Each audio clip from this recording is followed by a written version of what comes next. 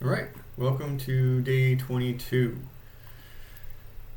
I've started the machine and I started an attack box, so we're ready to go. All right, start the machine. You can access C2 server by visiting the URL, but first you need to add a host name to your OS or attack box. How to add a host name?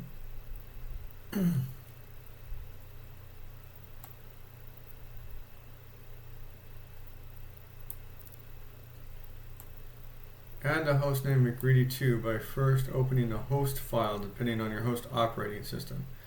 So in the attack box, it's here. Oh wow, we got some work that we have to do before we can even start. Look at that. Okay. cd etc/host. Oh, it doesn't like that? Okay, let's try this now.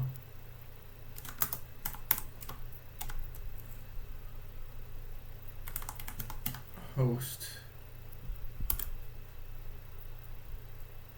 I'm doing something wrong, but we'll do it piecemeal if we have to. Is it just host?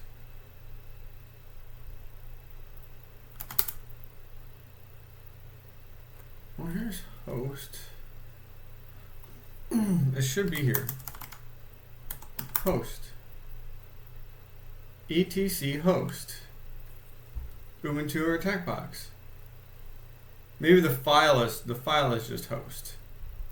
Yeah, the file is just host. So we have to edit the file. Open a host file and add a new line at the end of the file in the format of this. Okay, so I mean, for noobs who don't know how to nano a file, this might suck.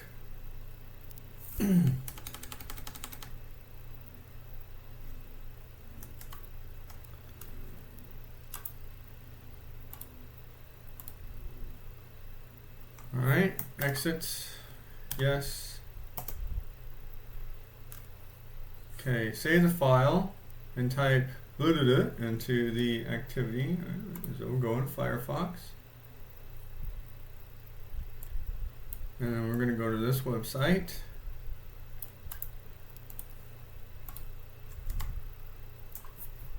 We're basically just telling it that if we go here, it should go to that IP address. Right? Okay, so whatever we did worked. Awesome. Identify variable input.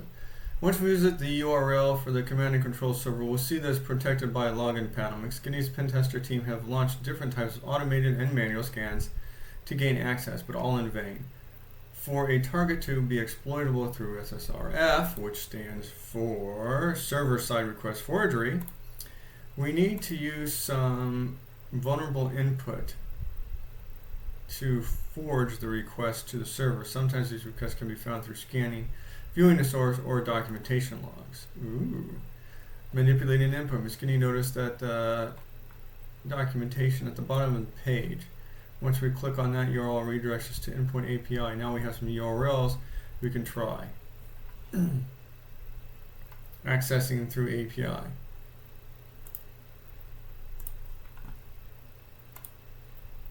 So we're still on McSkinny, so they obviously put these in for us.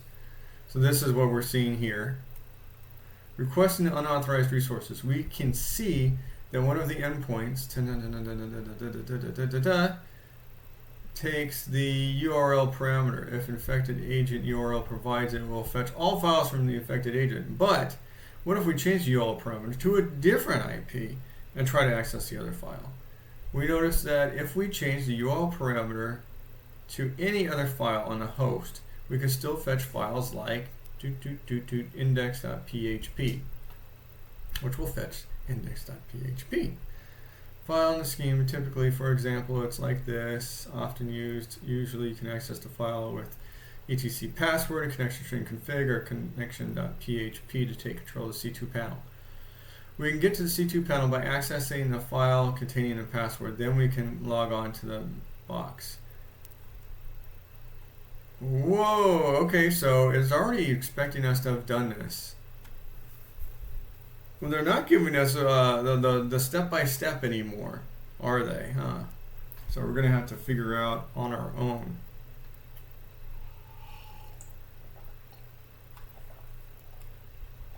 IP of client. So I got 10.10.196.22.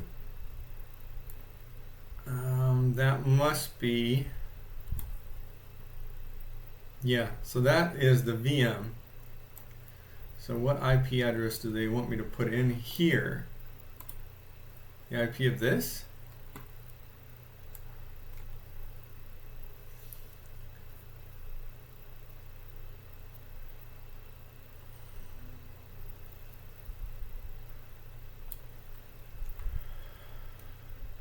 So this will fetch the index.php. Let's try. Oh wow. That was scary easy. Okay. I wonder if we can just go back to where we were in the HTML and try to find a connection. .php. I'm making it, usually I just make things too hard.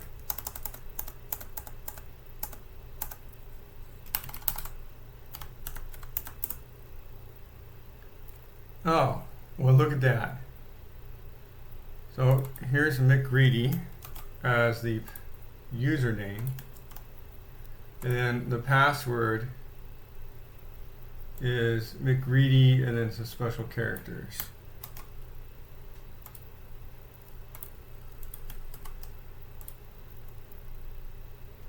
Alright, we're in. Cool beans. Don't do this. Accessing command and control servers ethically prohibited. Oh, that's cute. Okay. What is the C2 version? Well, here's a flag right away. What is the value of the flag for accessing the file? So we're going to grab this.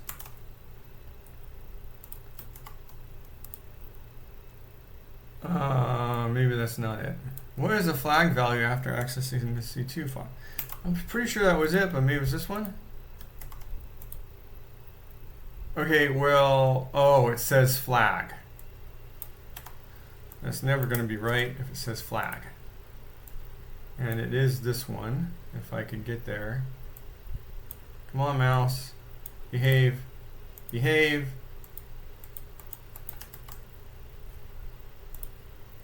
Okay. So that's that flag. What is the username for accessing it? Yeah, well, we found that out. That's here.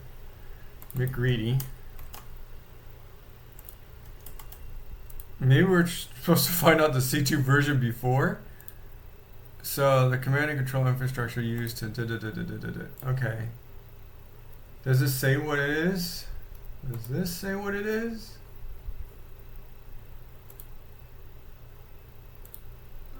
Oh, whoa. Okay. I clicked something wrong. It says, yeah, what's the version? It just says CNC 2003. And if I click here, what do I get? I can search. And I can look at the owner.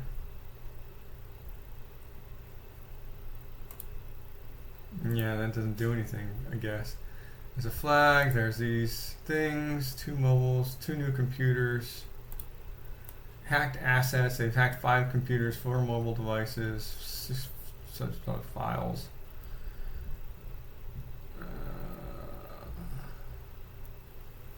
Okay.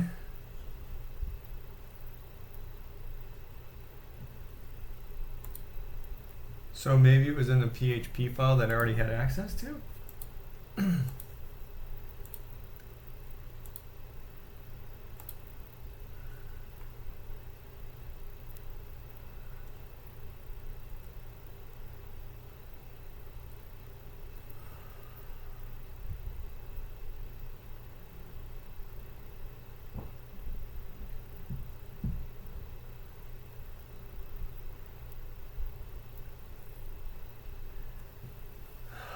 I don't think it was in config.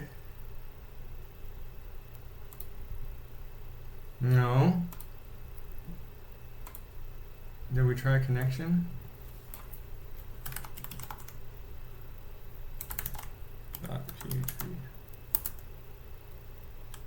why it doesn't work. I don't know how to find out that. What is the flag value after stopping the data exfiltration?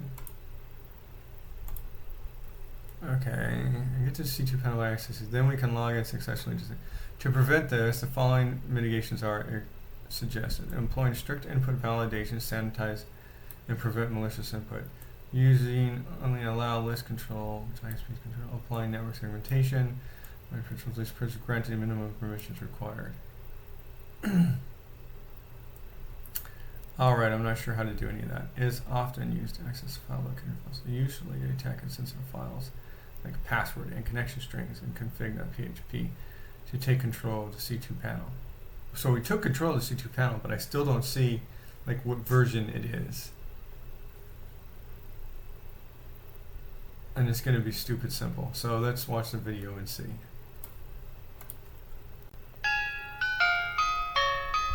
It's the avenue looked at, an example of how to exploit the right-click password. See all the users, right? Just stop it there. You can use allow list to control which domains and IPs the application can access. So don't allow it to access localhost or 127, those loopback addresses or internal IPs. Have allow list so that those aren't on the allow list. Only have certain IPs, URLs on that allow list. 3 is apply network segmentation to restrict requests to authorized resources. And finally, always do not give it access to an internal resource so we can confidently say nay. What is the C2 version? Well, let's go ahead and log in, and we'll use these creds. So we have McReady. We'll just copy that, paste it in. Where is he finding the copy this version? If it's 2003 or something, I'm going to be upset. And we will sign in. Oh, it's behind so the what damn is the C2 version? logo. If we scroll down here, we can see the C2 version. Unbelievable. So it's covered up by this little TryHackMe logo. Thanks, guys. It's 1.1. It's always easier than I think it is.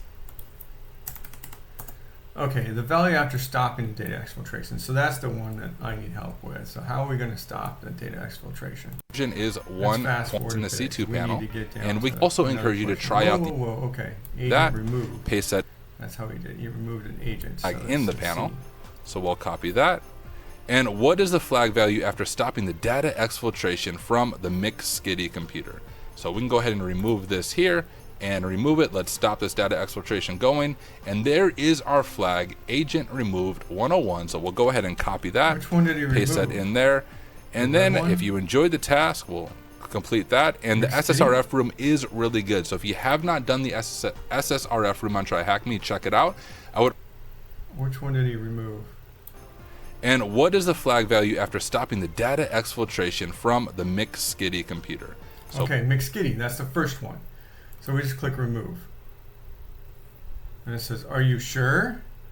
We can go ahead and remove this here and remove it. Let's stop this data. Okay, yes, we are sure. And there's the flag. Okay. So there we go. That was easy. I thought we'd have to do something a little more complicated. All right, that does it for today. See you tomorrow.